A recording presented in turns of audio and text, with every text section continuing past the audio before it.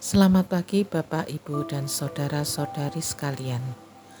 Hari ini Rabu, tanggal 12 Oktober 2022, Pekan Biasa ke-28, bersama saya Setiawati dari Paroki Santo Stefanus Surabaya. Hari ini kita bersama-sama akan membaca dan merenungkan bacaan Injil Lukas bab 11 ayat 42 sampai dengan 46. Mari kita awali dengan doa. Dalam nama Bapa dan Putra dan Roh Kudus, amin. Allah Tritunggal Maha Kudus yang menjadi sumber iman, kasih, dan pengharapan bagi umat-Mu. Terima kasih untuk roh kehidupan yang boleh kami terima hari ini. Tuntun, bimbing, dan mampukanlah pula aktivitas kami sepanjang hari ini. Bukalah telinga dan hati kami untuk mendengar dan menyimpan sabda-Mu. Arahkan mata hati dan pikiran kami untuk melihat segala yang baik, agar kami dapat memahami dengan baik firman-Mu untuk hari ini dan melaksanakannya dalam kehidupan hari ini. Amin. Inilah Injil Yesus Kristus menurut Lukas. Sekali peristiwa, Yesus bersabda, "Celakalah kalian, hai orang-orang Farisi, sebab kalian membayar persepuluhan dari selasi, inggu, dan sejenis sayuran, tetapi kalian mengabaikan keadilan dan kasih Allah. Yang satu harus dilakukan dan yang lain jangan diabaikan. Celakalah kalian, hai orang-orang Farisi, sebab kalian suka duduk di tempat terdepan di rumah ibadat dan suka menerima penghormatan di pasar. Celakalah kalian, sebab kalian seperti kubur yang tidak memakai tanda. Orang-orang yang berjalan di atasnya tidak mengetahuinya." Seorang ahli Taurat menjawab, "Guru, dengan berkata demikian, engkau menghina kami juga." Tetapi Yesus berkata lagi, "Celakalah kalian juga, hai ahli-ahli Taurat, sebab kalian meletakkan beban-beban yang tak terpikul pada orang, tetapi kalian sendiri tidak menyentuh beban itu dengan satu jari pun." Demikianlah sabda Tuhan. Bapak, Ibu, saudara dan saudari yang dikasihi Tuhan, Yesus dalam bacaan di atas memang mengutuk dengan keras kaum Farisi. Namun menurut saya tujuannya bukan hanya untuk kaum Farisi, tapi juga kepada kita. Dia meminta agar kita menjalankan keadilan dengan menerapkan kasih Allah dalam hidup sehari-hari. Jangan sampai yang satu kita lakukan, tetapi yang lain kita abaikan. Misalnya, kita banyak melakukan persembahan di gereja, tetapi tingkah laku atau perbuatan kita tidak adil. Atau mungkin persembahan yang kita berikan itu banyak, namun kita mendapatkannya dari memeras orang kecil atau orang miskin. Seharusnya persembahan yang kita berikan hendaknya persembahan dari hasil upaya yang baik dan jujur, bukan hasil dari menyakiti atau menindas atau memeras orang lain. Bapak, Ibu, saudara-saudari terkasih, teguran Yesus yang kedua terhadap orang-orang Farisi dalam bacaan di atas, teguran beribadat orang-orang Farisi. Karena mereka selalu menjadi penjaga hukum adat dan hukum keagamaannya dengan ketat. Orang-orang Farisi ini melakukan hidup keagamaannya dengan berdoa maupun berderma supaya dilihat orang.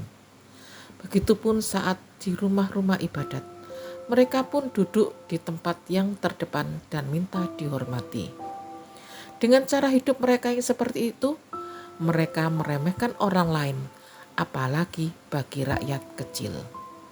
Dalam bacaan ini, Yesus meminta kita untuk tidak sombong, tidak mementingkan diri sendiri atau untuk pencitraan diri. Tetapi hendaknya kita tetap rendah hati, sabar dan murah hati. Sebagaimana dalam bacaan pertama hari ini, di mana surat Rasul Paulus kepada jemaat di Galatia, Paulus pun mengingatkan kita untuk membiarkan diri kita dibimbing oleh Roh. agar kita terhindar dari perbuatan daging, misalnya percabulan, kecemaran, hawa nafsu, pemujaan berhala, sihir, percecokan, iri hati, amarah, kedengkian, dan lain-lain. Namun, sebaliknya, kalau kita dibimbing oleh Roh, maka hasilnya adalah kasih, sukacita, damai sejahtera, kesabaran, kemurahan, kebaikan, kesetiaan, sikap lemah lembut, dan penguasaan diri. Dan teguran Yesus yang terakhir bukan hanya untuk orang Farisi pula, tapi sebenarnya juga untuk kita. Dan memang pada zaman sekarang hal itu banyak kita temui, bukan hanya dalam masyarakat tetapi juga dalam kepengurusan gereja. Misalnya, maunya kita menjadi orang terdepan di masyarakat maupun di gereja. Misalnya menjadi ketua ini, ketua itu, tetapi selama masa tugas mereka, apa yang mereka lakukan? Mereka hanya memberikan beban kepada anggotanya atau kepada orang-orang sekitarnya. Mereka hanya bisa memerintah, tetapi mereka sendiri tidak mau mengerjakan. Atau sebenarnya mereka mampu melakukan kegiatan, tapi tidak mau melakukan karena takut dengan istilah konsultasi. Apa itu konsultasi? Konsing usul, konsing ngatasi. Nah, bagi mereka lebih baik tidak mengadakan kegiatan daripada menjadi pelayan, kehilangan waktu, tenaga, pikiran, bahkan materi. Sehingga selama masa tugasnya tidak menghasilkan sesuatu yang berguna untuk masyarakat maupun gereja. Namun hanya pencitraan dirinya saja yang merasa menjadi pengurus, yang merasa bangga, yang merasa harus dihormati, yang merasa apa yang dikatakan harus dituruti, menganggap dirinya paling benar, tidak mau mendengarkan usul, saran, atau pendapat orang lain. Apa yang diputuskan harus dilakukan dan dituruti. Atau bisa juga kita merasa sombong, atau tidak ada waktu untuk menjadi pengurus, karena kita merasa biar yang lain aja yang menjadi pengurus. Karena kepengurusan itu hal kecil yang tidak level dengan kepandaian dan kemampuanku. Atau lebih baik waktuku habis untuk mencari nafkah daripada menjadi pengurus yang tidak mendatangkan uang. Tetapi bahkan kita banyak mengeluarkan tenaga dan uang yang tidak menghasilkan keuntungan materi untuk kita.